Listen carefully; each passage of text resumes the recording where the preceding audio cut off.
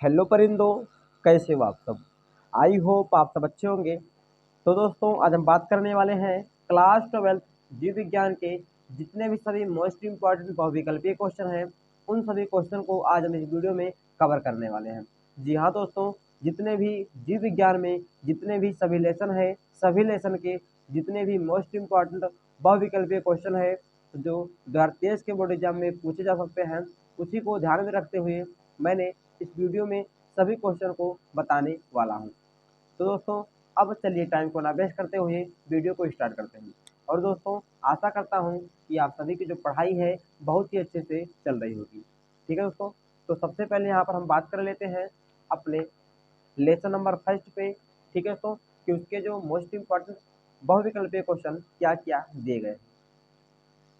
दोस्तों, यहाँ पर फर्स्ट लेसन है पुष्पी पादपों में लैंगिक प्रजनन। ठीक है दोस्तों, तो ये जो लेसन है वो काफ़ी बड़ा है। ठीक है, तो इसमें दोस्तों बहुत से बहुविकल्पीय क्वेश्चन दिए गए हैं, तो इसमें दोस्तों थोड़ा टाइम लग जाएगा। ठीक है दोस्तों, इसके बाद में जो लेसन है वो बहुत ही छोटे छोटे हैं, तो उनमें बहुत कम टाइम लगेगा। ठीक है दोस्तों, तो यहाँ पर हमारा फर्स्ट क्वेश्चन जो है वो दिया गया है। तो दोस्तों, यहाँ पर हमारा फर्स्ट क्वेश्चन है, बीजांड का वह स्थान जहाँ बीजांड वृत्त जुड़ा होता है उसे क्या कहते हैं। तो दोस्तों, इसका राइट आंसर है नाभिका। क्या दोस्तों, बीजांड का वह स्थान जहाँ पर बीजांड वृत्त जुड़ता है उसे हम नाभिका कहते हैं। दोस्तों, यहाँ पर आप चित्र के माध्यम से देख लीजिए, ये दोस्तों ये पूरा बीजांड है। ठीक है, और ये बीजांड वृत्त है। ये बीजांड वृत्त जहाँ पर बीजांड से मिला है उसी को हम क्या बोले हैं, नाभिका बोले हैं दोस्तों। वहीं पर यह क्वेश्चन पूछा गया था। ठीक है, 2017 में 2022 में यह क्वेश्चन पूछा गया है। अगला क्वेश्चन है, परागनलिका का अध्यावरण द्वारा बीजांड में प्रवेश क्या कहलाता है। यानी दोस्तों, जब परागनलिका के माध्यम से जो अध्यावरण होता है उसके द्वारा जब बीजांड में प्रवेश करते हैं तो उसे क्या कहते हैं। ठीक है दोस्तों, ये रहा बाह्य अध्यावरण, ये रहा आंतरिक अध्यावरण। ठीक है दोस्तों, और इसके द्वारा जब प्रवेश करेंगे तो उसी को अध्यावरणीय प्रवेश कहते हैं। तो दोस्तों, निभागी नहीं होगा, क्योंकि दोस्तों अगर यहाँ से प्रवेश करेगा तो निभागी कहेंगे। ठीक है दोस्तों, यहाँ से प्रवेश करेगा तो उसे निभागी कहते हैं। ठीक है, अंडद्वारी नहीं होगा, अंडद्वारी यहाँ पर होता है, यहाँ से नहीं कर रहा है। तो दोस्तों, इनमें से दोनों ये भी नहीं है, तो इसका राइट आंसर हो जाएगा घा, इनमें से कोई नहीं। ठीक है दोस्तों, अगला क्वेश्चन है, बहुसंगी दशा पाई जाती है। ठीक है दोस्तों, कि बहुसंगी दशा जो होती है किसमें पाई जाती है। तो इसका राइट आंसर है ऑप्शन नंबर थर्ड, पुमंग में। ठीक है दोस्तों, जो पुष्प का जो नर भाग होता है उसी में बहुसंगी दशा पाई जाती है। अगला क्वेश्चन है, 112 लघु बीजाणुओं के निर्माण हेतु लघु बीजाणु मात्र कोशिका में कितने अर्धोत्तरीय विभाजन होंगे। तो इसका राइट आंसर दोस्तों ऑप्शन नंबर सेकंड, 28। ठीक है दोस्तों, इंपॉर्टेंट क्वेश्चन है, तैयार कर लीजिएगा। आगे बढ़ेंगे। फिफ्थ नंबर क्वेश्चन है, भ्रूण कोश में गुणसूत्रों की संख्या होती है। तो इसका राइट आंसर है 3x। ठीक है, तो जो भ्रूण कोश होता है उसमें 3x गुणसूत्र होते हैं। सिक्स नंबर क्वेश्चन है, 2022 में पूछा गया था, इंपॉर्टेंट क्वेश्चन है, निम्नलिखित में से कौन आभासी फल है या कूट फल है। ठीक है दोस्तों, तो इसका राइट आंसर है ऑप्शन नंबर फर्स्ट, सेब। जो सेब होता है, ठीक है, उसमें अंडाशय से बिना निषेचन के ही फल बन जाते हैं, तो उसी को आभासी फल कहते हैं। अगला क्वेश्चन है, प्रतमुखी कोशिकाएं वह होती है जो उपस्थित होती हैं। यानी कि जो प्रतमुखी कोशिकाएं होती हैं वो कहाँ पे उपस्थित होती हैं, आपको बताना है। तो दोस्तों, इसका राइट आंसर हो जाएगा यहाँ पर निभागीय छोर पर। दोस्तों, यहाँ पर आप देख सकते हैं जो प्रतमुखी कोशिकाएं होती हैं वो यहीं पर होती हैं, तो निभाग यहाँ पे है, प्रतमुखी कोशिका यहाँ पर है, तो इसी के छोर पे होगा जो प्रतमुखी कोशिकाएं उपस्थित होती हैं। अगला क्वेश्चन है, निम्नलिखित में से कौन सी कोशिका या कोशिकाएं सभी प्रकार के भ्रूण कोश में पाई जाती हैं। ठीक है दोस्तों, तो सहायक कोशिकाएं या सह कोशिकाएं, अंड कोशिका, प्रतमुखी कोशिका, ये सभी कोशिकाएं दोस्तों जो क्या होती हैं, भ्रूण कोश में होती हैं। ये रहा आपका भ्रूण कोश। ठीक है, प्रतमुखी कोशिका, अंड कोशिका, समुच्चय कोशिका, केंद्रकीय कोशिका यहीं पर पाई जाती हैं, तो इसका राइट आंसर हो जाएगा ये सभी।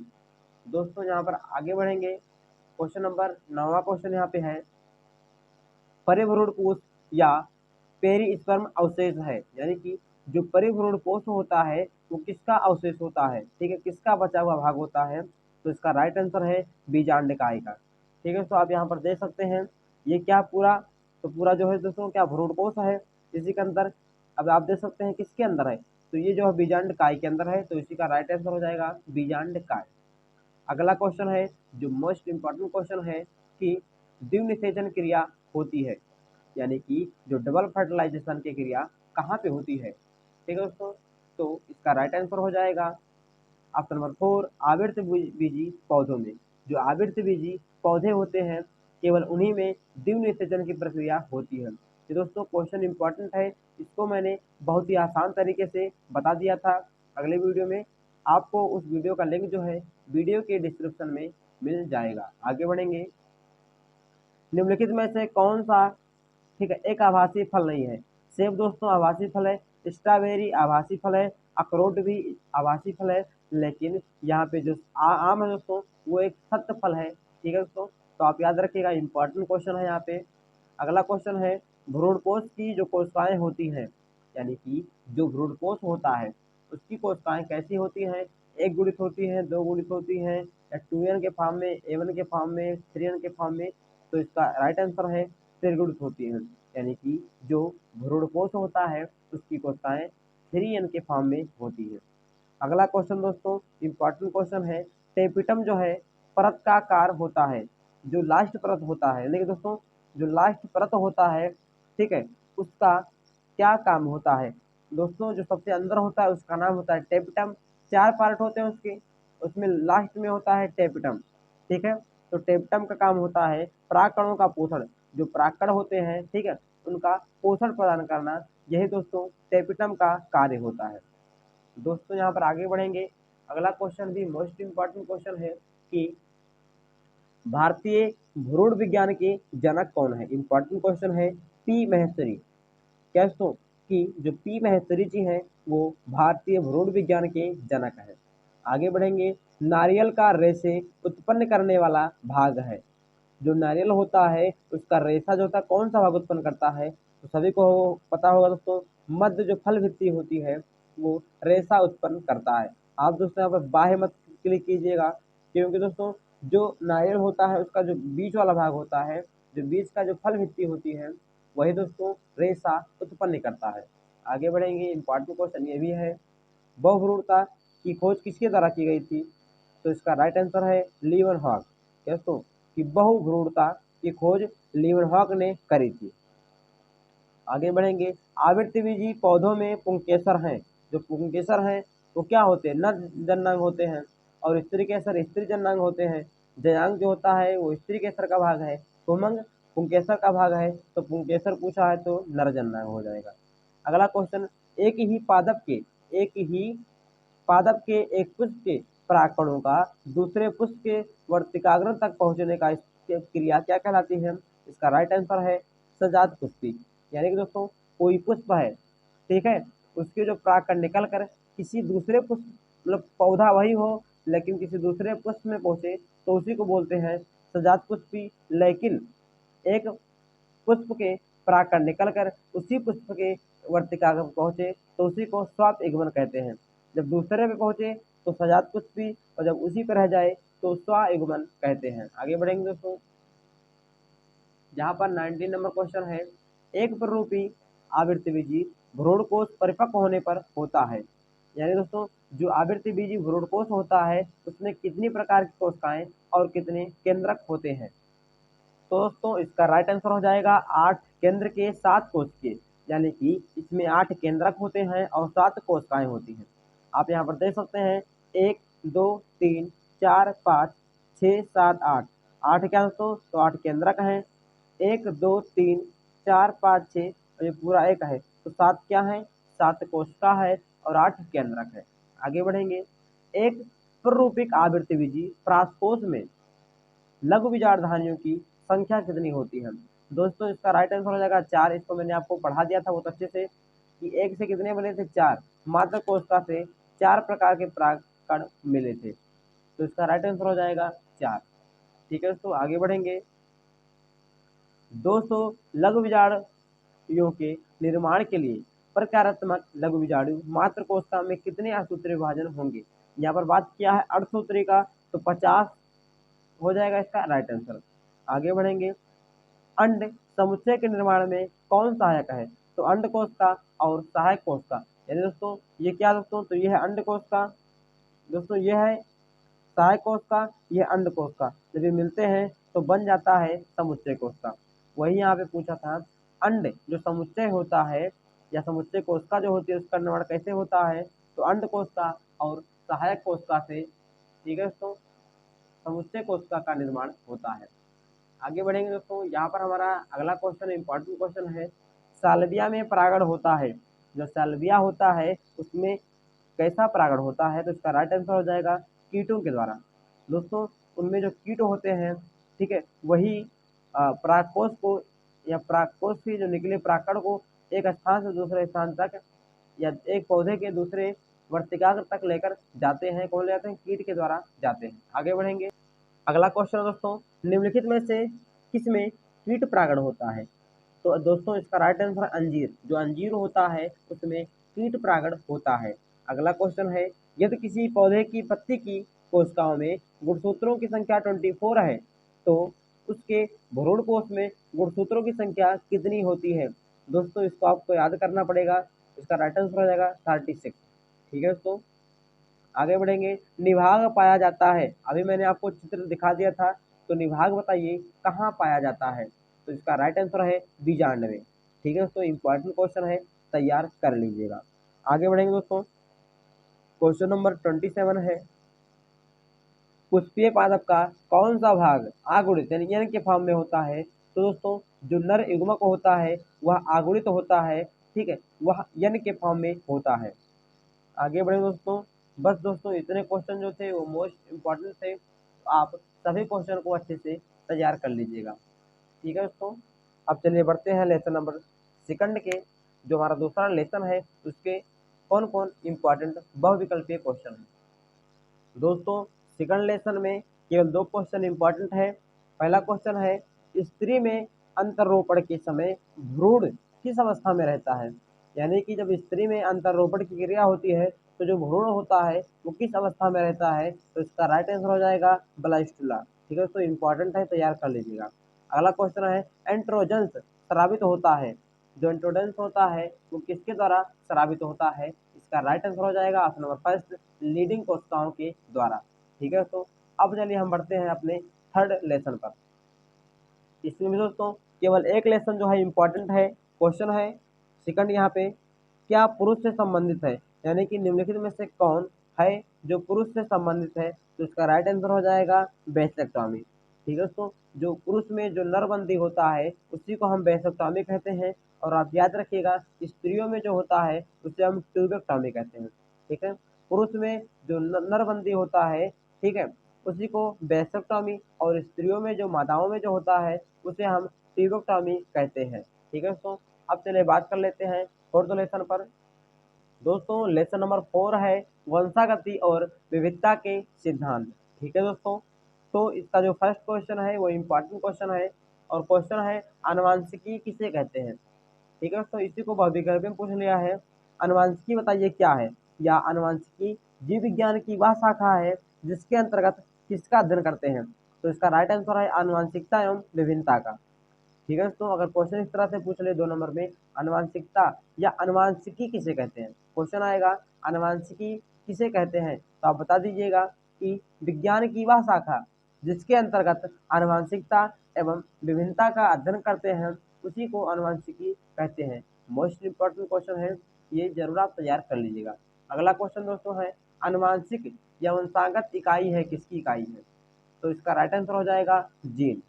ठीक है दोस्तों, इंपॉर्टेंट क्वेश्चन है कि वंशागत जो होता है वो किसकी इकाई है? तो राइट आंसर है जीन का। आगे बढ़ेंगे दोस्तों, क्वेश्चन नंबर थर्ड है, इंपॉर्टेंट क्वेश्चन है कि मेंडल के एक गुण पर संकरण में कौन सी पीढ़ी हमेशा विषम युग्मनजी होती है? दोस्तों कौन सी पीढ़ी होती है जो हमेशा क्या होती है? विषम युग्मनजी होती है। वो सम ना होकर क्या होगी? विषम। तो आप सब जानते होंगे F1 जो पीढ़ी होती है, यानी कि जो प्रथम पीढ़ी होती है वो हमेशा क्या होगी? विषम युग्मनजी होगी। ठीक है दोस्तों, तो इसका राइट आंसर हो जाएगा ऑप्शन नंबर फर्स्ट, F1 पीढ़ी या प्रथम संतानीय पीढ़ी। आगे बढ़ेंगे दोस्तों, यहाँ पे अगला क्वेश्चन है कि गुलाबी पुष्प वाले, ठीक है दोस्तों, क्वेश्चन क्या है, गुलाबी पुष्प वाले गुलाबास में स्वनिषेचन से प्राप्त रूपी अनुपात होता है। ठीक है दोस्तों, जो स्वनिषेचन से, जब उसने स्वनिषेचन कराए थे तो उसका अनुपात बताना है क्या होता है। तो इसका राइट आंसर हो जाएगा 1:2:1। दोस्तों जब इसका हम जीनोटाइप देखेंगे तो 1:2:1 होगा, लेकिन जब इसका हम फिनोटाइप देखेंगे तो 3:1 होता है। ठीक है दोस्तों, इसको किस तरह से आप याद करेंगे, ये लेसन जो है बहुत ही दोस्तों कॉम्प्लिकेटेड है, लेकिन इसको मैंने बहुत ही आसान तरीके से समझाया है। आपको वीडियो के डिस्क्रिप्शन में उसका लिंक मिल जाएगा, आप वहां से देख सकते हैं। आगे बढ़ेंगे, इंपॉर्टेंट क्वेश्चन ये भी रहा, प्रथम संतानीय पीढ़ी की संतान का दोनों जनक में से किसी एक के साथ जब संकरण कराया जाता है तो उसे क्या कहते हैं।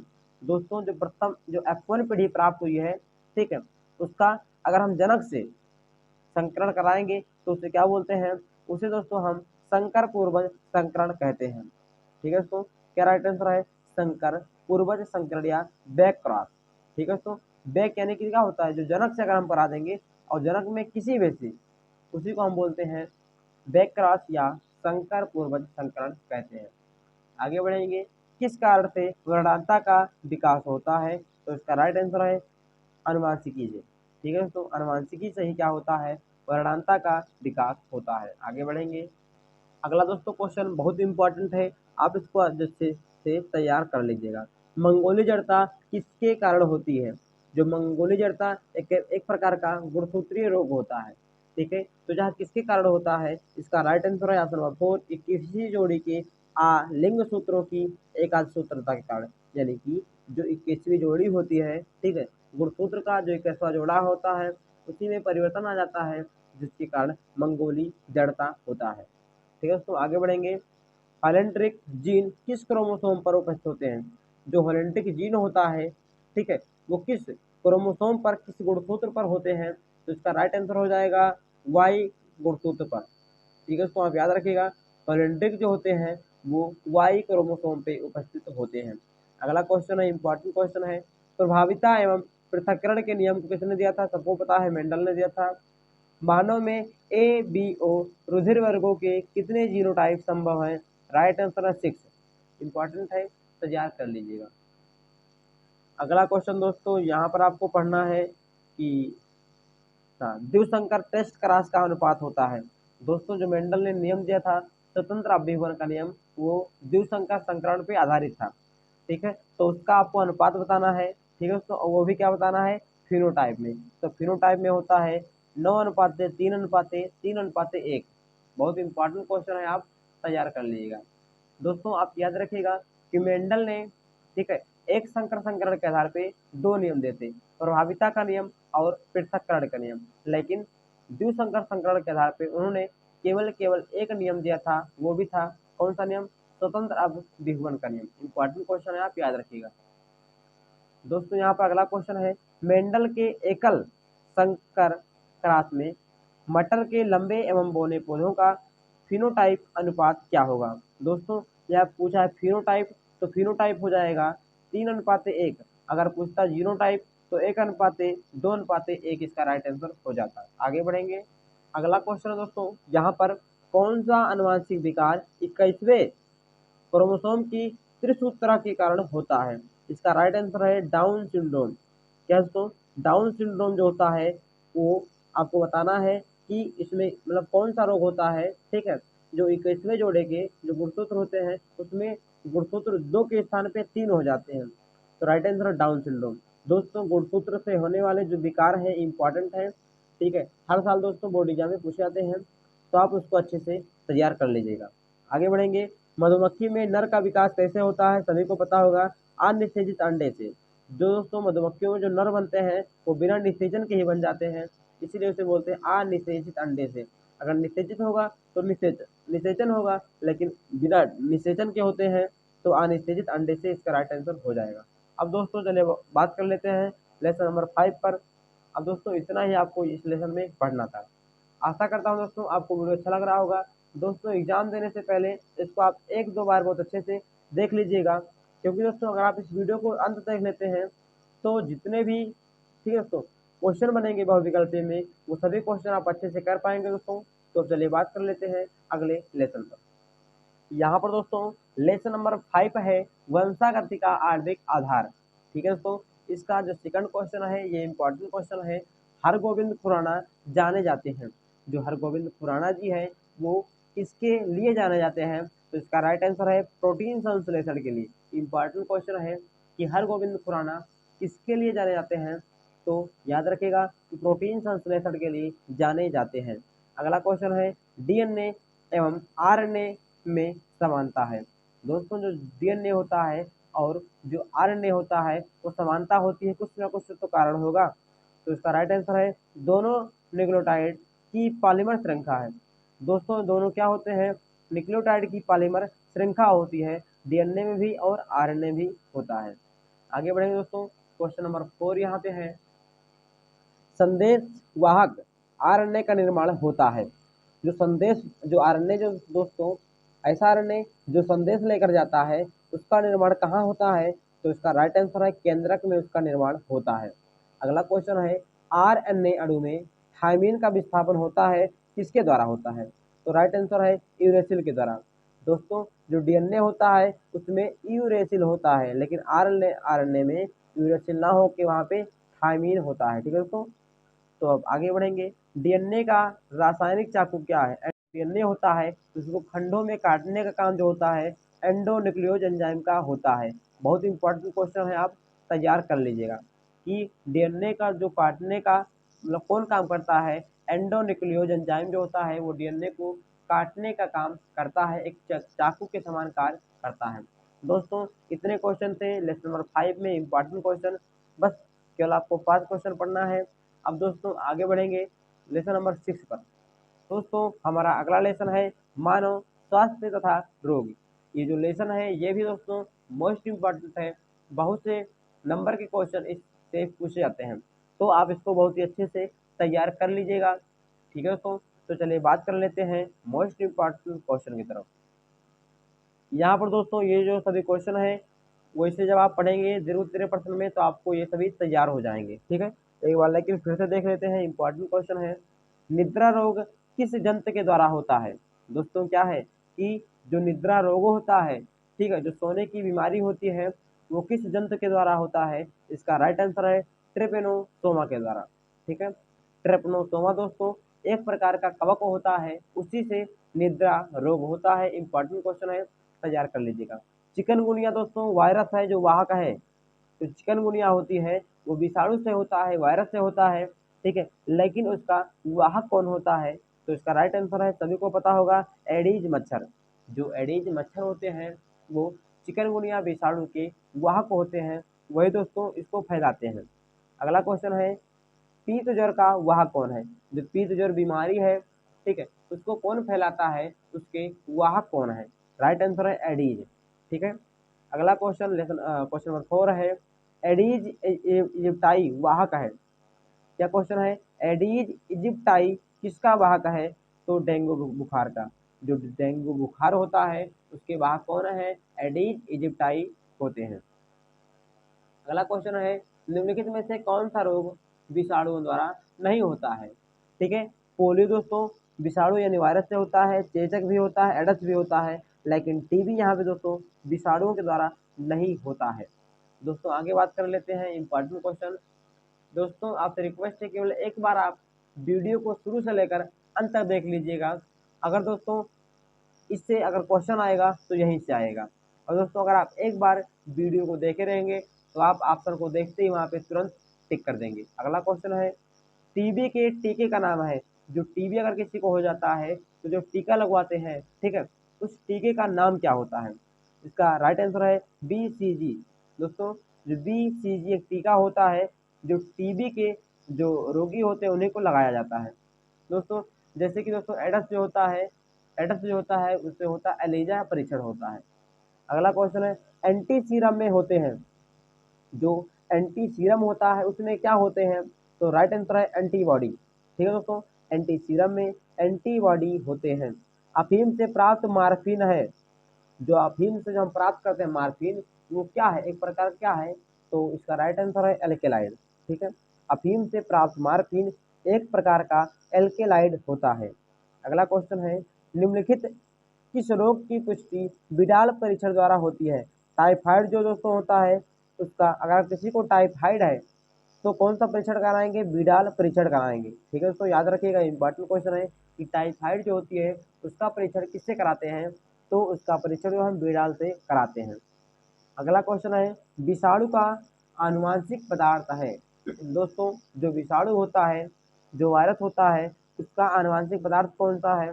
तो डीएनए अथवा आरएनए इसका राइट आंसर है। दोस्तों दोनों में से कोई भी हो सकता है, डीएनए अथवा आरएनए। चलिए बढ़ते हैं अगले क्वेश्चन की तरफ। है डेंगू बुखार का वाहक कौन है? एडीज जो होते हैं वो डेंगू बुखार, जिसे हड्डी तोड़ बुखार भी कहा जाता है, ठीक है, उसके वाहक उसे कौन फैलाते हैं? तो एडीज जो होते हैं वही इसको फैलाते हैं। इंपॉर्टेंट क्वेश्चन है, तैयार कर लीजिएगा। अगला क्वेश्चन है, टाइफाइड के रोगजनक का नाम लिखो। जो टाइफाइड है वो किसके द्वारा होता है? तो राइट आंसर है सल्मोनेला टाइफी। सल्मोनेला टाइफी के द्वारा टाइफाइड होता है। ठीक है दोस्तों, अब ये रहा इतने क्वेश्चन लेसन इस लेसन के। अब चलिए बात कर लेते हैं अगले लेसन में कितने दोस्तों क्वेश्चन बहुत इंपॉर्टेंट क्वेश्चन है। तो चलिए अब हम देख लेते हैं। अब दोस्तों यहाँ पर हमारा लेसन नंबर 7 है, मानव कल्याण में सूक्ष्म जीव। दोस्तों अब हम बात करेंगे इसके जितने भी इम्पोर्टेंट क्वेश्चन हैं उसको देख लेते हैं। यहाँ पर दोस्तों पहला क्वेश्चन है, शर्करा से अल्कोहल का उत्पादन करने वाला कवक है। क्या दोस्तों, अगर आप शर्करा से क्या बना रहे हो? अल्कोहल, दारू बना रहे हो, तो कौन से कवक का उपयोग करते हैं? तो इसका राइट आंसर ईस्ट, सभी को पता होगा ईस्ट होगा इसका राइट आंसर। अगला क्वेश्चन है, बीटी जीव विष किस जीवाणु द्वारा उत्पादित होते हैं? तो इसका राइट आंसर है, सभी को पता होगा, बैसिलस थ्यूरोजेंसिस। इंपॉर्टेंट क्वेश्चन है, मोस्ट इंपॉर्टेंट है, आप इसको जरूर तैयार कर लीजिएगा कि जो बीटी जीव होते हैं, ठीक है, वो विष किस जीवाणु के द्वारा उत्पादित करते हैं? तो राइट आंसर है बैसिलस थ्यूरोजेंसिस। इंपॉर्टेंट है, आगे बढ़ेंगे। निम्नलिखित में से कौन कौन पादपों के साथ सहजीवी संबंध स्थापित करते हैं? तो इसका राइट आंसर है राइजोबियम और माइकोराइजा। ये दोनों दोस्तों इसका राइट आंसर है। राइजोबियम और माइकोराइजा जो होते हैं वो पादपों के साथ में सहजीवी संबंध बनाते हैं। और जो नास्टाक और एनाबिना होते हैं, ठीक है, वो जो मिट्टी होती है उसकी अवशोषण क्षमता को बढ़ा देते हैं। जो स्थिरीकरण होता है उसको बढ़ाते हैं। कौन कौन? ना नास्टाक और एनाबिना। लेकिन राइजोबियम और माइकोराइजा ये पादपों के साथ में सहजीवी संबंध स्थापित करते हैं। इंपॉर्टेंट है, तैयार कर लीजिएगा। आगे बढ़ेंगे, निम्नलिखित में से कौन सा एक जैव निम्नकरणीय प्रदूषक है? तो वाहित जल, वाहित मल जो है दोस्तों, जो गंदे मल होते हैं, वो इसका राइट आंसर हो जाएगा। आगे बढ़ेंगे, अनुवांशिकता रूपांतरित पौधा है। तो दोस्तों राइट आंसर है बीटी कपास का। क्या दोस्तों? बीटी कपास का। आनुवांशिकता जो रूपांतरित पौधा है किसका है? बीटी कपास का। आगे बढ़ेंगे दोस्तों। दोस्तों ये रहा हमारा लेसन नंबर 7। अब चलिए बात कर लेते हैं लेसन नंबर 8 के इंपॉर्टेंट बहुविकल्पीय क्वेश्चन। दोस्तों लेसन नंबर 8 है जैव प्रौद्योगिकी सिद्धांत व प्रक्रम। ठीक है दोस्तों, तो इसका जो फर्स्ट इंपॉर्टेंट क्वेश्चन है वो है डीएनए यानी कि डीऑक्सी राइबो न्यूक्लियोज एंजाइम। ठीक है दोस्तों, खंडों की पहचान कौन करता है? डीएनए का पूरा नाम होता है डीऑक्सी राइबो न्यूक्लिक एसिड होता है। ठीक है, तो आपको बताना है कि डीएनए के जो खंड होते हैं उसकी पहचान कौन करता है? तो राइट आंसर है सदर्न ब्लोटिंग। जो सदर्न ब्लोटिंग होता है, वो जो खंड होते हैं जो अलग अलग खंडों में कट जाता है, जो कैंची जो काट देती है एंडोन्यूक्लियोज एंजाइम, उसकी पहचान कौन करता है? तो राइट आंसर है सदर्न ब्लोटिंग से। अगला क्वेश्चन है, जंतु कोशिकाओं में क्लोनिंग के लिए, ठीक है, उपयुक्त संवाहक कौन सा है? तो PBr 322। ठीक है, जंतु होते हैं, ठीक है, उनकी कोशिकाओं में जो क्लोनिंग के लिए उपयुक्त संवाहक कौन से होते हैं? तो PBr 322 इसका राइट आंसर हो जाएगा। आगे बढ़ेंगे दोस्तों, जीनी अभियांत्रिकी की नींव किस एंजाइम के नाम की खोज में पड़ी थी? दोस्तों मतलब किस एंजाइम की खोज हो गई थी, उसी के नाम पर जीनी अभियांत्रिकी का जो नींव था वो रखा गया था। तो राइट आंसर है प्रतिबंधन अंतः न्यूक्लियोज एंजाइम। क्या है दोस्तों? प्रतिबंधन अंतः न्यूक्लियोज एंजाइम इसका राइट आंसर हो जाएगा। आगे बढ़ेंगे दोस्तों, यहाँ पर अगला क्वेश्चन इंपॉर्टेंट क्वेश्चन है कि कौन सा एंजाइम, ठीक है। कौन सा एंजाइम डीएनए खंडों को जोड़ने का काम करता है? दोस्तों, एक था एंडोन्यूक्लियोज एंजाइम, ये काटने का काम करता है, ये चाकू काम करता है, लेकिन लाइगेज एंजाइम होता है जो डीएनए खंडों को जोड़ने का काम करता है। मोस्ट इंपॉर्टेंट है दोनों क्वेश्चन, तो आप अच्छे से तैयार कर लीजिएगा। ठीक है दोस्तों, आगे बढ़ेंगे। यहाँ पर कौन सा एंजाइम डीएनए को विशिष्ट जगह पर काटने के लिए जाना जाता है? अभी मैंने ऊपर बता दिया, एंडोन्यूक्लियोज एंजाइम। अगला क्वेश्चन है, जेनेटिक इंजीनियरिंग का उपयोग होता है, चिकित्सा में होता है, कृषि में होता है, वैक्सीन निर्माण में भी होता है? तो राइट आंसर हो जाएगा सभी। दोस्तों, आशा करता हूँ आपको वीडियो अच्छा लग रहा होगा। अगर आपको वीडियो अच्छा लग रहा हो तो वीडियो को लाइक कर दीजिएगा, दोस्तों में शेयर कर दीजिएगा, और ऐसे ही बेहतरीन अगर वीडियो को पाना चाहते हैं तो आप चैनल को सब्सक्राइब भी कर दीजिएगा। ठीक है दोस्तों, ताकि बोर्ड एग्जाम की तैयारी के लिए आपका बहुत से ज़्यादा हेल्प हो सके। अब चलिए बात कर लेते हैं लेसन नंबर 9 पर। दोस्तों, लेसन नंबर 9 है जैव प्रौद्योगिकी एवं उसके अनुप्रयोग। इसमें दोस्तों जो फर्स्ट नंबर क्वेश्चन है, इंपॉर्टेंट क्वेश्चन है, किस पदार्थ का संश्लेषण जीनी अभियांत्रिकी द्वारा औद्योगिक स्तर पर किया जाता है? इसका राइट आंसर हो जाएगा मानव वृद्धि हार्मोन, ये भी है, इंटरफेरॉन ये भी है, इंपॉर्टेंट क्वेश्चन है, इंसुलिन ये भी है। इनमें से सभी इसका राइट आंसर हो जाएगा। दोस्तों, इंटरफेरॉन क्या होता है, ये भी इंपॉर्टेंट क्वेश्चन है, याद कर लीजिए। इंसुलिन दोस्तों ये भी इंपॉर्टेंट है, तो आप याद कर लीजिएगा। अगला क्वेश्चन दोस्तों यहाँ पर है, बीटी टॉक्सिन किस जीवाणु से बनता है? तो बी से होता है बेसिलस, और टी से होता है थ्यूरिंजियंसिस। इससे आगे दोस्तों मैंने इसको बता दिया था, तो आप याद रखिएगा। जो बीटी टॉक्सिन होता है, ठीक है, उसका निर्माण बेसिलस थ्यूरोजियंसिस से होता है। B for bacillus, T for thuringiensis. दोस्तों, बस दो क्वेश्चन इसमें आपको तैयार करना है लेसन नंबर 9 में। अब चलिए बात कर लेते हैं लेसन नंबर 10 की तरफ। दोस्तों, आशा करता हूँ कि आपको वीडियो अच्छा लग रहा होगा। दोस्तों, अगर आप अपनी तैयारी को बेहतरीन बनाना चाहते हैं तो आप दोस्तों हमारे चैनल के माध्यम से कर सकते हैं।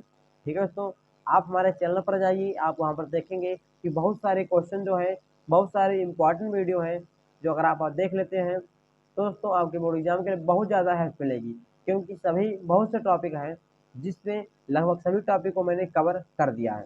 ठीक है, अब यहाँ पर हमारा लेसन नंबर 10 है, जीव और समष्टियाँ। दोस्तों, 2022 का जो बोर्ड एग्जाम हुआ था उसमें आया था समष्टियाँ किसे कहते हैं, शायद दोस्तों लगभग 5 नंबर में आया था। आप देख लीजिएगा, प्रीवियस ईयर क्वेश्चन जो है उसमें 5 नंबर में आया था, समष्टियाँ क्या होती है समझाना था। ठीक है दोस्तों, तो यहाँ पर लेसन नंबर फर्स्ट है, दलहनी पौधों की जड़ों में पाया जाता है। दोस्तों, जो दलहन वाले पौधे होते हैं उनकी जड़ों में क्या होता है? तो राइजोबियम होता है, ठीक है, एजोटोबैक्टर होता है, और स्टोडोमोनास होता है। ये इसका राइट आंसर हो जाएगा सभी, राइजोबियम, एजोटोबैक्टर और स्टोडोमोनास, ये सभी जो दलहनी पौधों की जड़ों में पाए जाते हैं। आगे बढ़ेंगे दोस्तों, ऐसी पारस्परिक क्रिया जिसमें एक जात को लाभ होता है और दूसरे को ना तो लाभ होता है ना ही हानि, उसे क्या कहते हैं? इसका राइट आंसर रहेगा सहभोजिता। दोस्तों, जब दो पौधे हों, ठीक है, कोई आप उदाहरण ले लीजिए, उसमें एक को लाभ हो लेकिन दूसरे को ना तो लाभ हो ना तो हानि हो, उसी को सहभोजिता कहते हैं। दोस्तों, आप देखे होंगे जो आम का पौधा होता है, ठीक है, उस पर एक नया आम का जो पेड़ होता है, जो वृक्ष होता है, उस पर एक नया पौधा जम जाता है। ठीक है, तो आम को तो लाभ हो रहा है, ठीक है दोस्तों, जो आम है उसे लाभ कुछ नहीं हो रहा है, लेकिन आम को ना तो लाभ हो रहा है ना तो हानि हो रहा है, लेकिन उस आम के पौधे पे, आम के वृक्ष पे जो जमा है उसका तो लाभ हो रहा है ना। तो एक पे एक को लाभ हो, दूसरे को ना तो लाभ हो ना तो हानि हो, उसी को बोलते हैं सहभोजिता। अगला क्वेश्चन है, लाइकेंस में फंगस तंतु पोषण प्राप्त करते हैं किसके द्वारा? तो राइट आंसर है ऑप्शन नंबर सेकंड, शैवाल के द्वारा। इंपॉर्टेंट क्वेश्चन है, तैयार कर लीजिएगा। ठीक है, अगला क्वेश्चन है, जल परागित पादप का नाम क्या है? हाइड्रिला। इंपॉर्टेंट क्वेश्चन है, जल परागित जो पादप होते हैं उसका नाम क्या है? मटर नहीं है, नींबू भी नहीं है, तो राइट आंसर हो जाएगा हाइड्रिला, इसका राइट आंसर हो जाएगा। आगे बढ़ेंगे, परिस्थितिक या परिस्थिति अनुकूलन पाया जाता है किसमें पाया जाता है? जलोदभिद में, मरोदभिद में, दोनों में पाया जाता है, तो इसका राइट आंसर हो जाएगा ए और बी दोनों। इंपॉर्टेंट है, आप इसको बहुत ही अच्छे से तैयार कर लीजिएगा। ठीक है दोस्तों, चलिए बात कर लेते हैं अगले लेसन की तरफ, लेसन नंबर 11 पर। यहाँ पर दोस्तों लेसन नंबर 11 है जैव विविधता एवं संरक्षण। ठीक है दोस्तों, यानी कि बायोडाइवर्सिटी क्या है, इसी के बारे में इस लेसन में बताया गया है। इम्पोर्टेंट लेसन है, तो आप अच्छे से लेसन को पढ़ लीजिएगा। यहाँ पर दोस्तों क्वेश्चन नंबर फर्स्ट है, उत्तर प्रदेश का राज्य पक्षी है। राइट आंसर है, सबको पता होगा, सारस। ठीक है, अगला क्वेश्चन है, निम्नलिखित में से कौन सा स्थनिन संकटग्रस्त नहीं है। मतलब दोस्तों जिससे मतलब कौन है जिसको कोई भी खतरा नहीं है, ठीक है, संकटग्रस्त जातियां उन्हें नहीं कहा गया है। लाल पांडा तो संकट में है, कस्तूरी मृग ये भी है, बब्बर शेर जो है ये भी है, लेकिन जो नील गाय है, ठीक है, वो संकटग्रस्त नहीं है। ठीक है, तो इसका राइट आंसर हो जाएगा नील गाय। अगला क्वेश्चन है, प्राकृतिक वास स्थान में जीवों का संरक्षण क्या कहलाता है।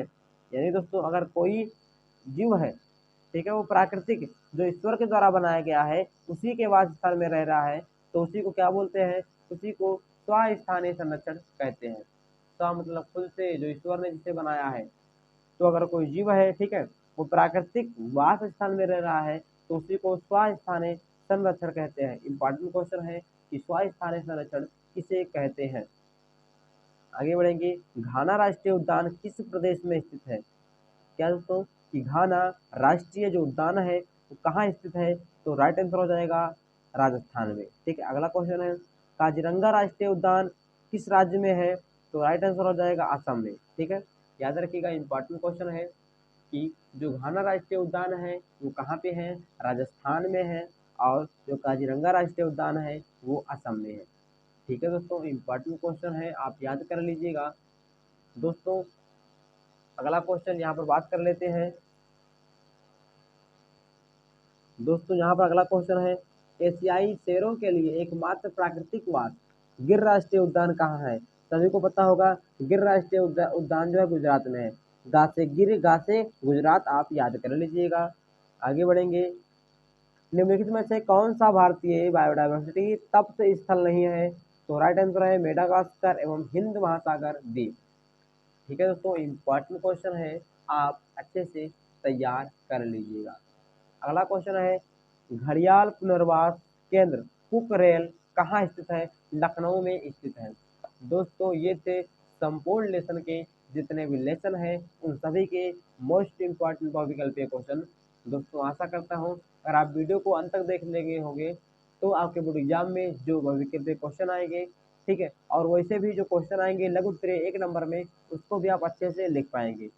दोस्तों अगर आप चाहते हैं कि ऐसे ही अगर आप लघु उत्तरीय, अति लघु उत्तरीय, दीर्घ उत्तरीय क्वेश्चन की वीडियो चाहते हैं तो आप कमेंट करिएगा दोस्तों, मैं उन सभी को बहुत ही अच्छे से, बहुत बेहतरीन है के साथ, उत्तर के साथ बताऊंगा।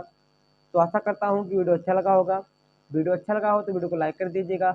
ऐसे ही बेहतरीन वीडियो को पाने के लिए चैनल को सब्सक्राइब कर दीजिएगा।